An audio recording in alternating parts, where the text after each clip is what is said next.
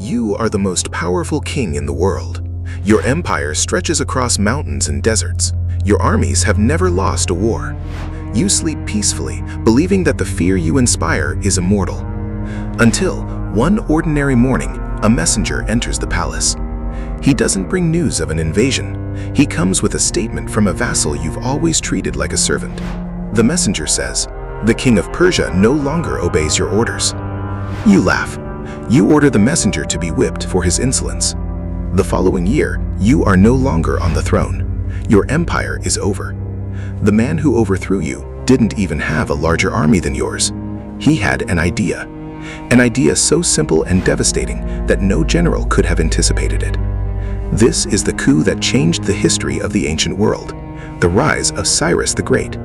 And it begins with a man who learned to listen to what no one else heard, the silence of the oppressed.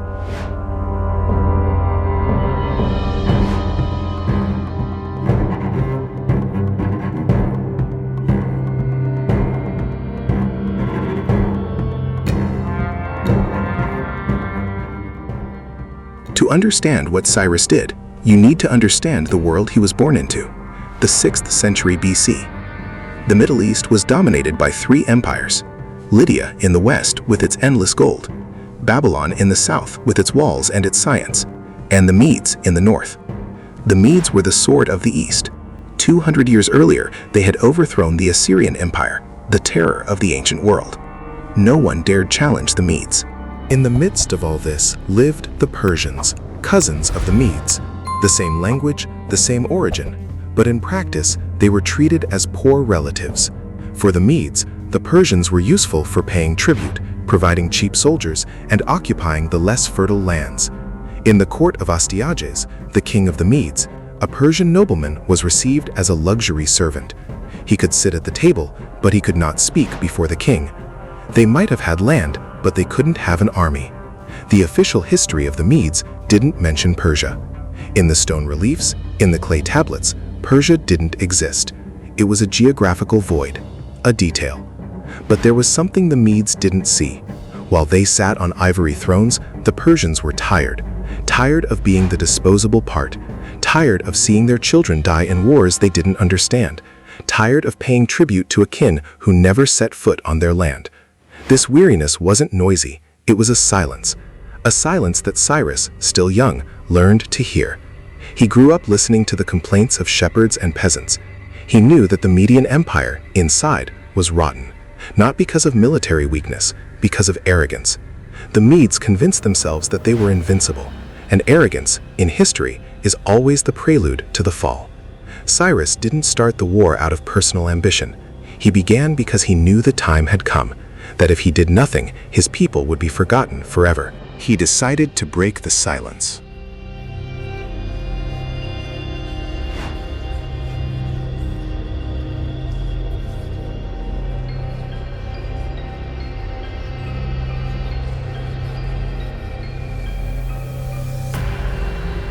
What Cyrus did was not a surprise attack. It was a calculated insurrection.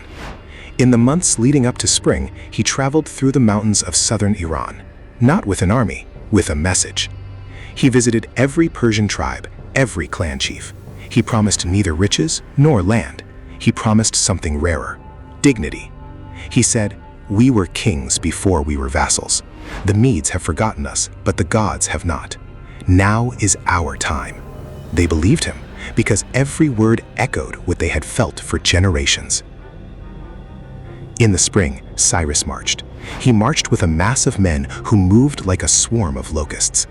Every Persian warrior knew that if he lost, he would be enslaved.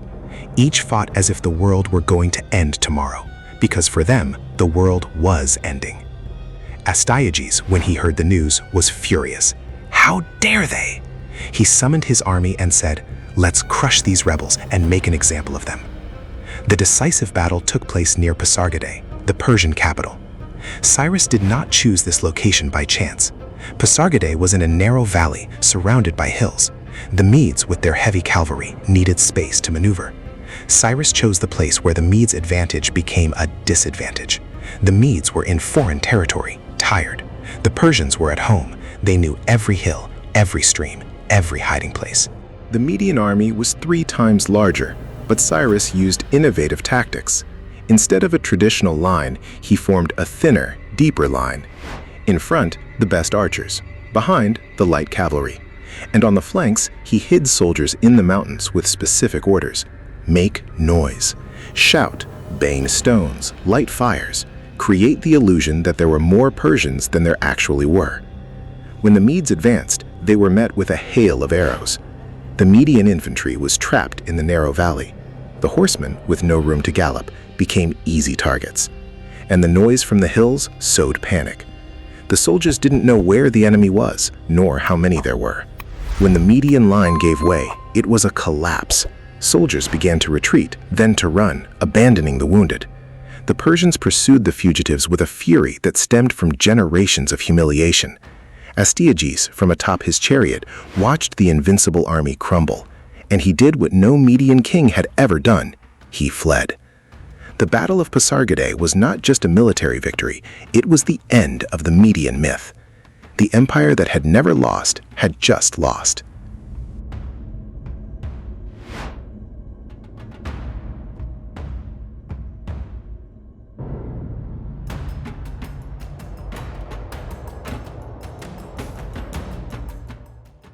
The pursuit of Astyages was not just a military operation, it was a psychological mission.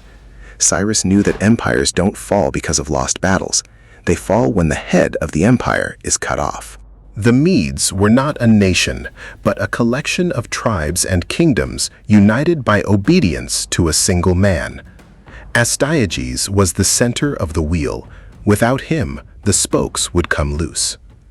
Cyrus ordered that the king not be killed. He wanted Astyages alive. A dead king becomes a martyr. A living king becomes a trophy. The capture was ironic. The king who ruled the east was captured by soldiers he considered inferior. They found him hidden in an abandoned chariot, without a crown, without dignity. He was taken to Cyrus in chains, but not with iron shackles, with golden shackles. The gold was not a gift, it was an insult. He said, "You are so important that you deserve golden chains, yet you are still a prisoner." Cyrus treated Astyages with respect. He offered him a place at court, with honors, but the price was high. Astyages had to watch his generals prostrate themselves before the new king, to see his soldiers march under Persian flags, to see his palace occupied by Cyrus, to see the Persians call themselves the Achaemenid Empire, erasing the Medes from history. It was a slow, bloodless execution, the death of an empire in the mind of one man. There is no revenge more cruel than making the enemy watch his own funeral. But Cyrus didn't stop there. He knew he needed the Median elite. He couldn't kill them or exile them. He needed them to serve the new empire. So he did something no conqueror had ever done. He offered forgiveness. Median generals kept their positions. Governors continued to administer their provinces. Priests kept their temples. Cyrus did not destroy Median culture. He absorbed it. He transformed defeat into integration, enemies into allies. He showed that he was not a destroyer, but a builder.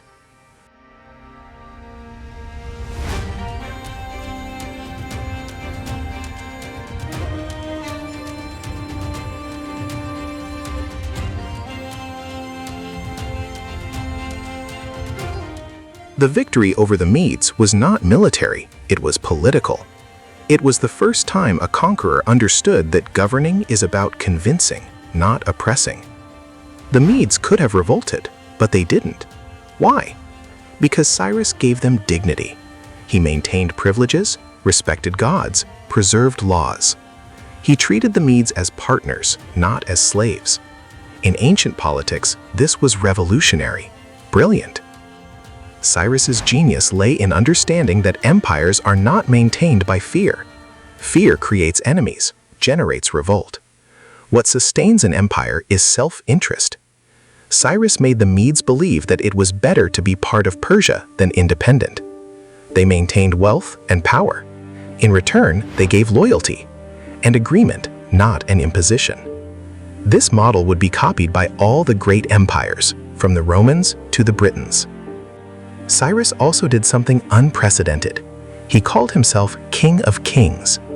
Not King of the Persians, King of Kings, a title that recognized other kings but placed them under his authority.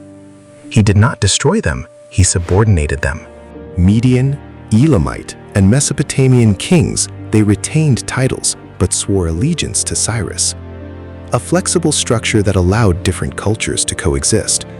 That was Cyrus's revolution, not weapons, politics. The Achaemenid Empire was born of intelligence, not blood. Cyrus founded an empire with alliances, and that is the lesson that many were slow to learn. Governing hearts is more powerful than governing territories.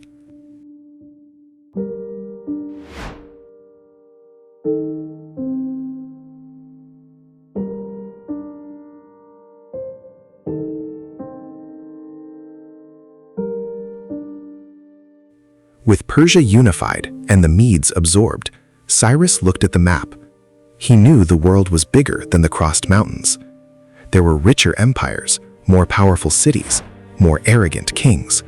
He needed a target that no one dared touch, a kingdom with walls that touched the sky, with a reputation for being invincible. Lydia, the kingdom of Croesus, the richest man in the world. The man who said that no power could overthrow him. Croesus had gold, armies, alliances with Babylon and Egypt. He had everything, except the wisdom to know when to retreat. In the next episode, Cyrus will face Croesus, but not with armies, not by besieging cities. He will use a weapon that Croesus does not know, intelligence. He will turn gold to ashes. He will prove that money doesn't buy cunning. The fall of Croesus is one of the most surprising stories of antiquity. Prophecies, wrong decisions, an empire that thought itself immortal. The Oracle of Delphi told Croesus that if he attacked the Persians, he would destroy a great empire. He did. He just didn't know that the empire was his own.